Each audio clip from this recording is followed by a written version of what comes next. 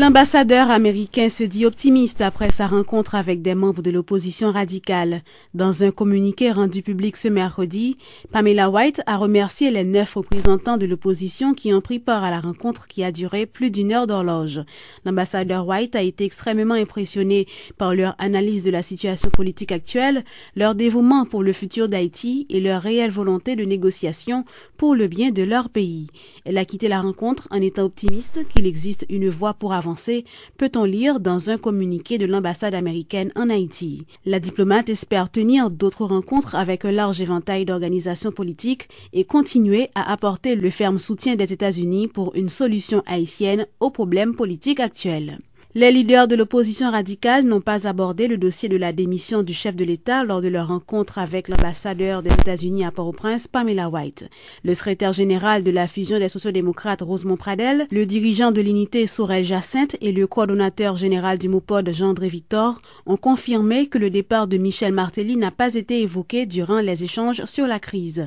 Ça qui passe dans la rencontre-là, comme c'est l'ambassade qui a demandé rencontre là, ils ont gagné l'opportunité pour dire pour qui ça ils ont demandé rencontre là. Et réponse que ils ont baillé, c'est que ils ont voulu échanger avec l'opposition pour ils ont été au courant beaucoup plus bien de ce qui a passé dans le pays et notamment de opposition. Et nous profiter poser ambassadrice là quelques questions concernant l'intérêt dans la démarche là et qui gens les situer démarche là en dedans ce qui a passé actuellement dans le pays. Et nous-mêmes, de côté pas nous insister sur 4 bagailles pour te donner réponse à la demande que le faire. Premier bagaille, nous dit que le pays d'Haïti, son pays depuis en 1986, qui a gourmand pour instaurer la démocratie dans le pays, jusqu'à maintenant, nous n'avons pas réussi à faire. Mais il y a un pile patriote dans le pays qui estime que si les Haïtiens mettent tête ensemble, ils ont réussi le processus de démocratisation. Deuxième bagaille, nous insistons sur lui, c'est que la crise là, si c'est une crise haïtienne que liée, c'est Haïtiens qui pour résoudre lui. C'est Haïtiens qui pour mettre tête ensemble pour résoudre la crise. Nous pas dit, nous pas besoin d'appui, support étranger, mais nous insister sur le fait que c'est Haïtien qui peut jouer une réponse haïtienne à la crise là. Et deuxième préoccupation, ça menez-nous tout de suite dans le troisième. Troisième, non, c'est que si c'est Haïtien qui peut jouer une réponse haïtienne dans la crise là, donc nous pas qu'à chita dans la consultation, il faut que nous rentrions dans la négociation. Nous faisons valoir point de vue ça tout, de manière que une négociation qui voulait une négociation sérieuse, négociation ça, il faut gagner un agenda et il faut gagner des conditions prédéfinies qui indiquent qui genre prise de décision a fait dans le processus de négociation.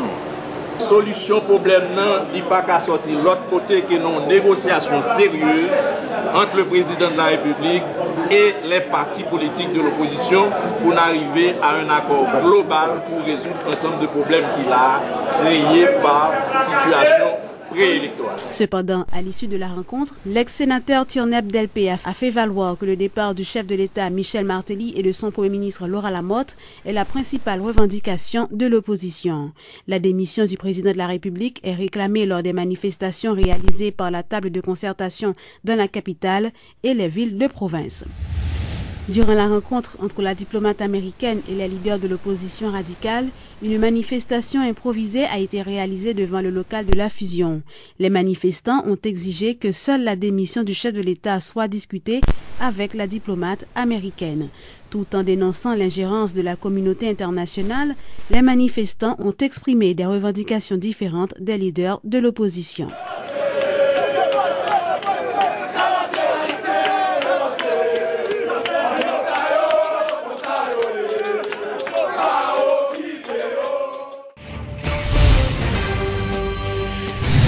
En réaction, le gouvernement a condamné énergiquement les tentatives d'agression et les menaces proférées à l'endroit de l'ambassadeur des États-Unis en Haïti, Mme Pamela White, au terme d'une rencontre au local du Parti Fusion des sociodémocrates ce mardi 2 décembre. Selon un communiqué de la primature, ces actes répréhensibles constituent une violation flagrante des conventions internationales qui lient Haïti à ses pays amis. L'ambassadeur White, une grande amie d'Haïti, a toujours manifesté sa volonté de contribuer à la stabilité politique dans le pays, indispensable à la mise en œuvre de politiques publiques visant l'amélioration des conditions de vie du peuple haïtien, peut-on lire dans un communiqué de la primature haïtienne. Le gouvernement exprime vivement ses préoccupations face au comportement violent de certains groupes radicaux du paysage politique et tient par la même occasion, au nom du peuple haïtien, à présenter ses excuses à l'ambassade des États-Unis, conclut ce communiqué émanant du bureau de communication de la primature. Le juge d'instruction Lamar Bélizaire a auditionné ce mardi le porte-parole de la FOPAC, Ronnie Timothée, arrêté lors d'une manifestation de l'opposition en octobre dernier. Après 3 heures d'audition, le juge Bélizaire a fait savoir qu'il ne retient aucune charge contre le leader de la FOPAC, inculpé pour destruction de biens publics et incitation à la violence. Pourtant, le détenu a été reconduit au pénitencier national. L'avocat du prévenu, Maître Gervais Charles, reste en dépit de tout confiant que son client obtiendra prochainement sa libération. C'est au parquet qu'il revient d'en décider en dernier ressort, a indiqué Maître Charles. Dans la mesure où rien n'aura été fait, l'avocat prévoit d'épuiser d'autres voies de recours afin d'obtenir la libération de ses clients. Je suis très positif que l'a fait, mais c'est s'il pas fait et que n'a pas l'autre voie et que nous va appliquer et que pas rien qui pour faire aucun bill. C'est juste une question de procédure qui fait aucun bill.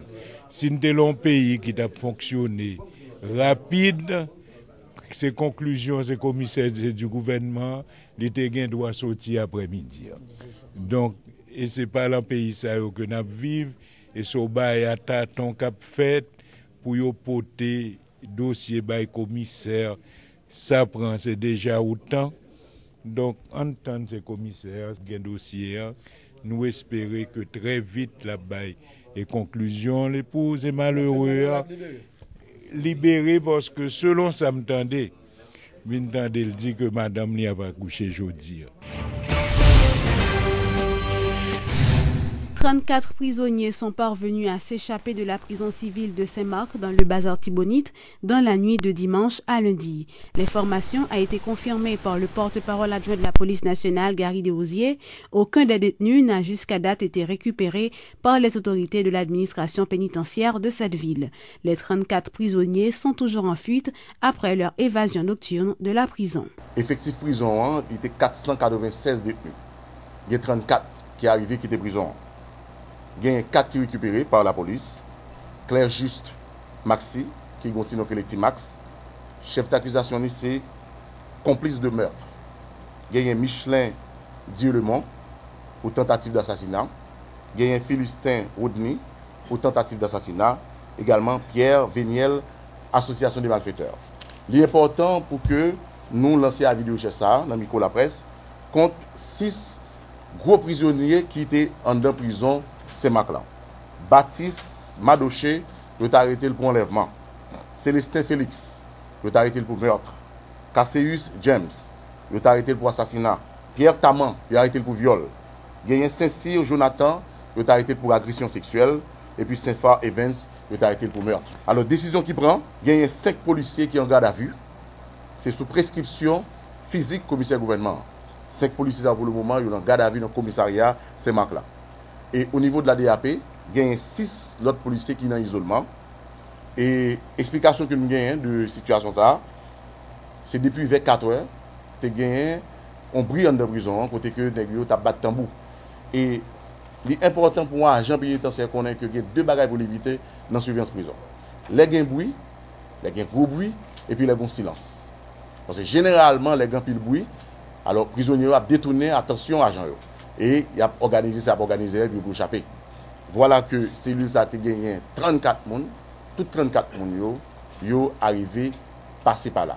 Et c'est un CIA métro qui était introduit en prison et qui fait que justement que aussi les barrières et puis le social a tombé exactement dans l'église là parce que l'église là est contiguë à prison. Alors c'était une négligence grave de la part agent yo côté que pour le moment l'inspection générale ouvre enquête sur ça et l'attend des monsieur parce que il y a 12 policiers justement qui étaient tap travail sur ça et sanction prend pour toutes 12 policiers ça 5 dans garde à vue. Il y a une différence entre garde à vue et isolement. Isolement sont mesures administratives au niveau de l'inspection générale ou bien au niveau de l'unité mounnaïère. Mais 5 personnes qui sont dans garde à vue, c'est le commissaire gouvernement même qui met dans garde à vue. Haïti est classé 161e sur 175 pays dans le rapport de Transparency International sur l'indice de perception de la corruption pour l'année 2014. Avec ce classement, Haïti figure parmi les pays de la région où la corruption est très élevée, selon ce qu'a fait savoir Marilyn Alienne, responsable de la Fondation Héritage, section haïtienne de la Transparency International. Haïti est loin derrière la République dominicaine qui est classée 110e sur 175 pays. La corruption, c'est un abus de pouvoir à des fins privées, à des fins personnelles privées. C'est ça notre définition au sein du mouvement de Transparency International. Dans le secteur public, parmi les officiels publics, les agents de l'État et les institutions de l'État. La méthode utilisée par Transparency sélectionne les sources de données et dans le cas d'Haïti, Transparency International a utilisé le rapport de Fondation Bertelsmann. Transparency International a aussi utilisé le rapport de Political Risk Services et aussi le rapport de la Banque mondiale et un rapport du Forum économique mondial et un rapport du Global Insight. Ce rapport s'appelle Country Risk Analysis, analyse des risques pays. Il y aura certainement en Haïti des mécontents. Il y aura des gens qui diront que le niveau de perception, le niveau de corruption en Haïti est beaucoup plus élevé, que Haïti devrait peut-être avoir un plus mauvais score. Et il y en a d'autres qui vont dire que bon, Haïti a quand même fait des progrès, il y a eu des choses et des mécanismes mis en place, des lois votées. Alors les Haïtiens n'aiment pas dénoncer.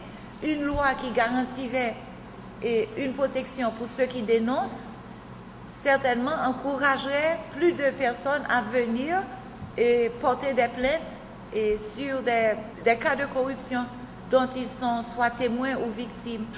Nous pensons quand même que Haïti fait des progrès parce que la loi portant sur la corruption a été votée et nous avons remarqué au niveau de l'équipe de l'unité de lutte contre la corruption une volonté réelle d'aborder la problématique de la corruption avec sérieux et avec rigueur. Lancement ce mercredi à l'Université Notre-Dame des traditionnelles journées scientifiques.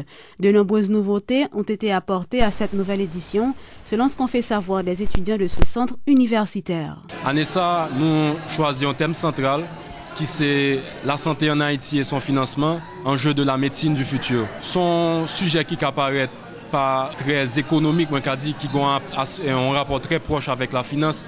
C'est pour dire nous que, en fin de compte, la santé, c'est base en société. C'est point de départ en société. Dans le sens que quiconque a travaillé, a évolué dans la société, il a besoin de la santé en vain. Et nous pensons que, en pile fois, trop vite surtout, il y a une tendance à blâmer le personnel de santé haïtien. Mais est-ce que s'il y a une meilleure assise, est-ce que s'il y a un financement adéquat qui est nécessaire pour un fonctionnement standardisé, est-ce que nous ne pouvons pas arriver à faire mieux, plus loin que côté nous y journée aujourd'hui. Donc c'est pour ça que nous sommes penchés nous dans le comité pour nous décider finalement que sous thème central ça, que nous baillons aujourd'hui dans le lancement officiel journée. Année ça, nous penché nous sur la santé et l'aspect financement santé. Comme nous connaissons dans le pays, il y a un budget qui voté pour la santé chaque année. Est-ce que c'est suffisant? Est-ce que c'est pas suffisant? Nous ne sommes pas là pour dire ça. Mais nous sommes là pour nous réfléchir sur ça. Pour nous voir s'il y a une solution qui est possible, qui est capotée, pour nous faire le système santé nous avancer.